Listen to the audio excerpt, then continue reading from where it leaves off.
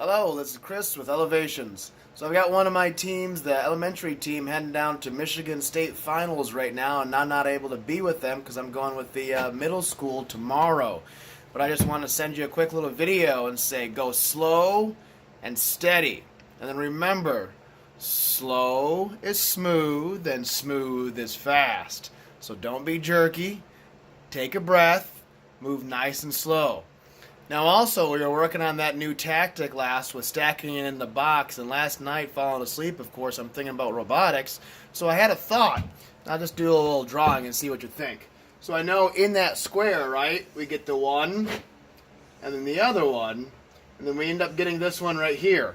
And the tactic that we were working on was bringing that other one in and pushing it to the side, right? So one thing I was thinking about is since you already have that in the claw, if you're able to stack this here, and then you're able to bring that other one over here that you bring from the other side, and then you could stack that extra one you do with that extra little claw right on top of that. So that would give you a little bit of a faster movement as opposed to having to lower and then crab to the right.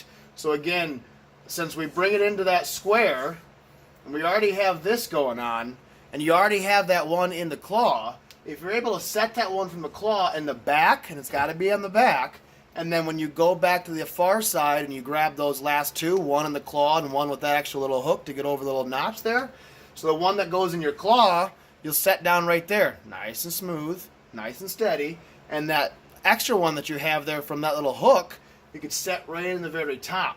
So that would give you the same number of points, but I think you would end up getting about 2 or 3 seconds faster.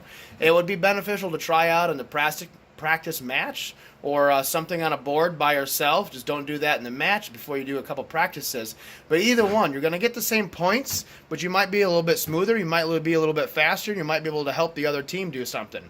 So also, when you're preparing to work with these other teams, we're going to have a whole lot of different type of teams there. There's going to be other teams with dragon claws, there's going to be other teams with lifting arms, there's going to be some teams that quite honestly aren't very good. But you have to figure out what they are good at, figure out what they can do very well, and you do something else. Or you tell them what you can do very well and see what else they can do. The whole concept now with Vex IQ is working together. So figure out what your strengths are, figure out what their strengths are, and see what you guys can do to work together to get as many points as possible. And I can't stress enough to make sure you swap out that battery, a new battery, before every single match, and find the other team that you're supposed to be scheduled to do the match with and do at least a handful of practice rounds. Have your tactic laid out far before you end up over on cue. And if you are queued up, I'd rather have you guys over on a practice field working together with the other team, keeping track of where those matches are, than just sitting on that cue board doing nothing.